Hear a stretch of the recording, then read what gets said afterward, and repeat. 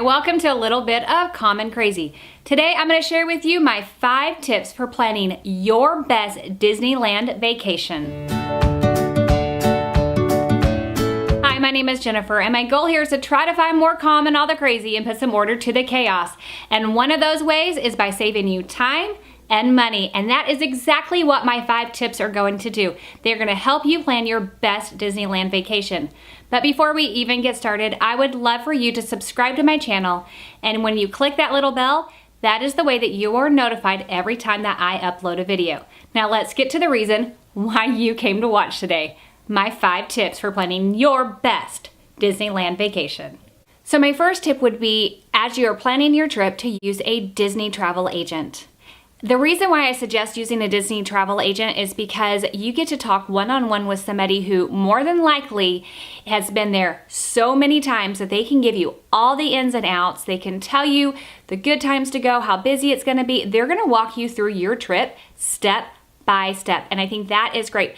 So the travel agent that we used to plan our last Disneyland trip was M&M Magical Adventures. I loved working with Tanya over there to plan our trip. What I liked the most about it is that she has been not only to Disneyland, Disney World, on a Disney cruise.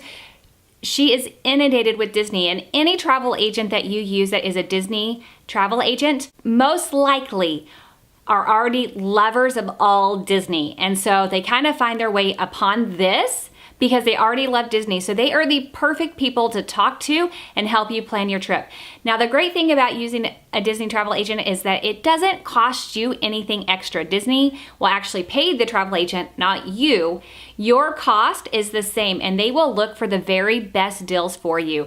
And they will scour and they will do all the research. Now, the very first time we ever planned our trip, we actually went through Costco, which I also think is a great way to go. But we had to do all the work, and it took us so much time to make all the different decisions because we weren't really as well informed as we should have been. So using a Disney travel agent made it so much easier. So take the stress off yourself, let somebody else do the work for you. You just kind of give them the parameters that you're working with and let them go at it. If you're interested in using M&M Magical Adventures, I will leave all of their information below in the description so that you can check them out. Tip number 2, you want to pre-plan your food. That might sound kind of silly to actually think about it, and I don't mean exactly what you're going to be eating. I mean, you want to think about where and when you're going to eat at the park and where and when you want to eat outside of the park. Eating at the park gets really expensive. If that is all you want to do and that works in your budget, that is great. That is not what works in our budget. So we like to pre-plan everything. We do appreciate doing one character meal. I think it's a lot of fun. You have characters that come around to your table. They take the time, they talk to you. There's several characters when you do that, and is a really good way for your kids to meet these different characters. So that is a lot of fun. I also think that there are places to eat at Disneyland that are a lot of fun, or maybe you want to get a special treat. Maybe you want to try the Dole Whip this time, or maybe there's something else that you wanted to try. For us, we really thought the sourdough bread is really fun. Not only do you get to see them make it, but they come in different shapes, including a Mickey shape. So for us, the sourdough bread was really awesome, but we took that bread and used our own sandwich items to make sandwiches using the Disneyland bread so that we were able to save a little bit of money. Disney is super great about you bringing in some food and snacks and things like that because they already know that their prices are expensive and they don't want to make it even more complicated for you. But something to keep in mind is that there are not a lot of places walking distance from Disneyland to get food. There's like a Subway, a pizza place, so there are a few items, but your best bet would be to probably keep a few things in your hotel, some nice little staple items in your hotel to keep on hand to help lower your cost. Another thing that I look for is that my hotel serves breakfast because that at least takes care of one of my meals for the day.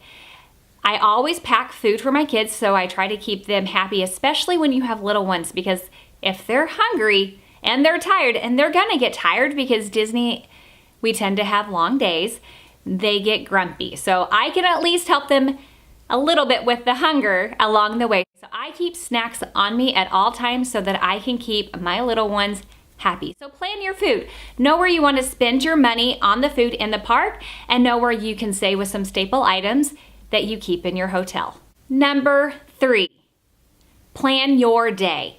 Now, I'm not saying that you need to have every single thing planned out and hold firm to it and be like really type A, which might be unusual if you know me. I'm very type A. But you want to have an idea of what you're going to do for the day. There's so much to do in Disneyland, and depending on the number of days and what your priorities are, you can plan your day accordingly. Do you plan to do something that's later at night? Do you want to go see the World of Color or Fantasmic? And do you need to get those fast passes for those? Are you staying late for the fireworks? Because if you're going to do a late thing, what are you going to do to make sure that your kids are not completely done by the time you get there? Do you want your kids to do the Jedi training, which is super fun? And then you need to make sure that you get there first thing in the morning when that opens, because they will run out of slots for that. Do you want to hit certain rides? And if so, do they have fast passes? And if they have fast passes, what order do you want to do it so that you can hit all the rides that you want to ride? It's important to have a general idea of what you want your day to look like so that you're able to hit all of your major high points for that day. Now for us, we might go a little bit overboard when we are planning our day, but we actually like to wear matching or coordinating shirts for most of the trip, if not all of the trip. I feel like it looks really good in just general group photos, but we also like to coordinate depending on what characters we might want to see that day. So on the day that we met Captain America, we wore our Captain America shirts. On the day that we met Darth Vader and had Jedi training, we were wearing our Darth Vader shirts. I just think that this just adds another little bit of a fun element to it. Is it necessary? Absolutely not. But is it something to think about? And if it works in your budget, can you do it? I think you would have a lot of fun with it. Tip number 4, ways to keep your kids happy. You think Disneyland itself would be enough just to keep them happy. And it does a lot of it for them. But they're kids and they get hungry and they get tired. So you want to make sure that you are prepared in every way. I already mentioned that you want to keep snacks on you because they will get hungry. They will get hungry in line. So if you just keep a few items of their favorite things, that in itself will be a golden ticket. Another tip to go along with this is that any kid that is under the age of at least 6, I would have a stroller for them. It doesn't have to be like a big, heavy, fancy stroller. An umbrella stroller is just fine. But after a while, they do get tired of walking and they get a little bit whiny. And when they get whiny, as parents, we start getting a little bit more frustrated. So if you have a stroller, you'll find that you will help keep the peace in your party a lot more. Sometimes you are going to be waiting in line, and we know that as adults, we're not the most patient people, and our kids have even less patience than we do. So there are different ways that you can go about passing the time in a line. And one of my favorites is to play games. And you can use your phone, but be aware that if you're using your phone, then it is definitely going to run out your battery a lot faster. One of the games that you will see people do all around Disney is the heads up, and there's a Disney heads up that you can do. You put your phone up on the head where you don't see it, and you try to guess what it is based off the clues that your party is giving you. And that's just a really fun thing that keeps the kids occupied. You're playing as you go. So we really enjoy that. So another great way of keeping your kids happy while at Disney is to have something else that is kind of fun to look forward to. So for my kids, they enjoy trading pins. Now this is something that you would want to think about beforehand because you can get pins beforehand, but if you don't, that's okay. You can buy pins in the park. A lot of the employees will trade pins with you, and sometimes they'll wear them and sometimes they have them on a display that you can look at.